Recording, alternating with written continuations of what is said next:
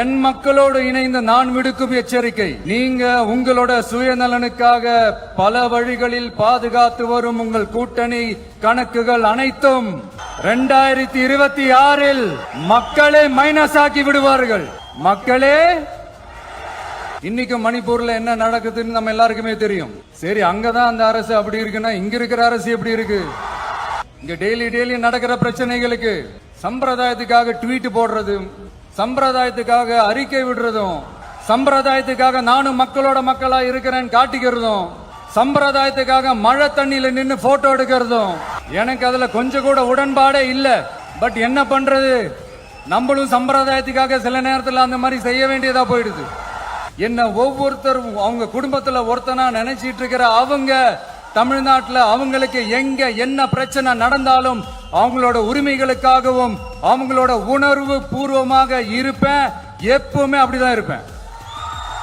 மக்கள் உணர்வுகளை மதிக்க தெரியாத, மக்களுக்கு அடிப்படை சமூக நீதியான பாதுகாப்பை கூட உறுதி செய்ய இயலாத, கூட்டணி கணக்குகளை மட்டுமே நம்பி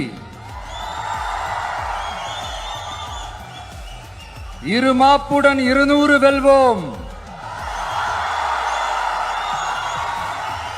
இதெல்லாம் இன்னைக்கு அம்பேத்கர் அவர்கள் இன்னைக்கு பார்த்தாருன்னா வெக்கப்பட்டு தலை குனிஞ்சு போவார்ல. எல்லோருக்குமான தலைவர் அம்பேத்கர் அப்படின்ற அந்த புக்ல ஒரு 100க்கும் மேற்பட்ட கட்டுரைகள், நேர்காணல்கள் எல்லாமே இருக்குது. அதுல என்ன ரொம்ப யோசிக்க வச்சது அவர் எழுதின அந்த பயோகிராஃபி தான். வெயிட்டிங் ஃபார் அ வீசான்னு சொல்லி அதுக்கு தலைப்பு வச்சிருந்தார். அதுல அவர் லைஃப்ல ஃபேஸ் பண்ண விஷயங்கள், அவரை பாதிச்ச விஷயங்கள் எல்லாமே கிட்டத்தட்ட ஒரு 6 சம்பவங்கள் பத்தி அதுல குறிப்பிட்டிருந்தார். அதுல ஒரு 2 விஷயம் ரொம்ப பாதிச்சது என்னன்னா, அதுல ஒண்ணு, அவருக்கு 9 இயர்ஸா இருக்கும் போது அவரும் அவருடைய பிரதரும் வெளியூர்ல இருக்கிற அவங்க அப்பாவை பாக்குறதுக்காக போறாங்க. அப்ப ட்ரெயின்ல இருந்து இறங்கி இந்த மாட்டு வண்டிக்காக வெயிட் பண்ணிட்டு இருக்கும் போது ஒருத்தர் கூட அவங்களை ஏத்திட்டு போறதுக்கு தயாரா இல்ல. ஏன்னா அந்த அளவுக்கு தீண்டாமை கொடுமை. அப்புறம் கொஞ்சம் எக்ஸ்ட்ரா பணம் காசெல்லாம் கொடுக்கறோம்னு ஒரு வண்டிக்காரர் ஒத்துக்கிறார். அப்ப கூட அந்த வண்டிக்காரர் என்ன பண்றாருன்னா, அந்த பசங்களை வண்டி ஓட்ட சொல்லிட்டு இவரு தீட்டு பட்டுடும்னு சொல்லி வண்டியில ஏறாம நடந்து போறாரு. அந்த நாள் முழுக்க அந்த பசங்களுக்கு குடிக்க தண்ணி கூட கொடுக்காம அந்த டிராவல் எவ்வளவு கொடுமையா இருந்துச்சுன்னு சொல்லி அதுல மென்ஷன் பண்ணியிருந்தார்.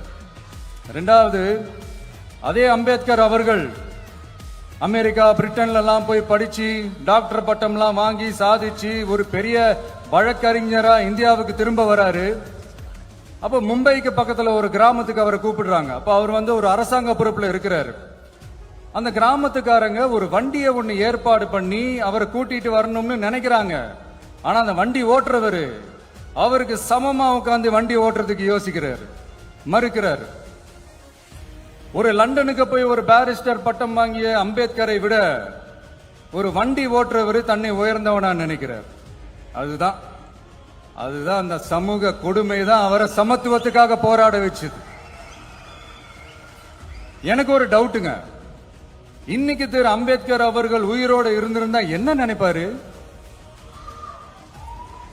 இன்னைக்கு இருக்கிற நம்ம இந்தியாவை பார்த்து அவர் பெருமைப்படுவாரா, இல்ல வருத்தப்படுவாரா, இல்ல அப்படியே வருத்தப்பட்ட எதை நினைச்சு வருத்தப்படுவாரு?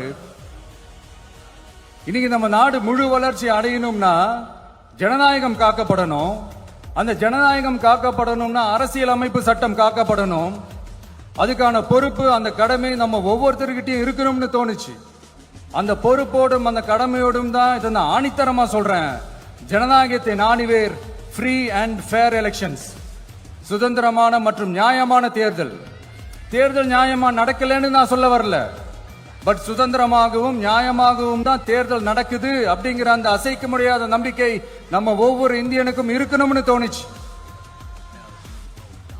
அது அமையணும்னா தேர்தல் ஆணையர்கள் கான்சென்சஸ், அதாவது ஒருமித்த கருத்து அடிப்படையில் மட்டும்தான் நியமிக்கப்பட வேண்டும் அப்படின்றத என்னுடைய ஒரு வலிமையான ஒரு கோரிக்கை.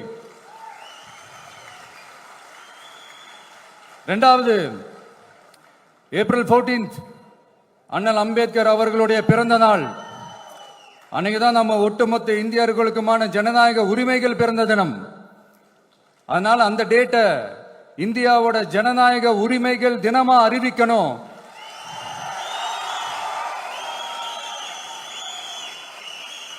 அப்படின்றதா என்னுடைய இன்னொரு தாழ்மையான ஒரு வேண்டுகோள். அது இந்திய ஒன்றிய அரசிடம் நான் முன்வைக்கிறேன்.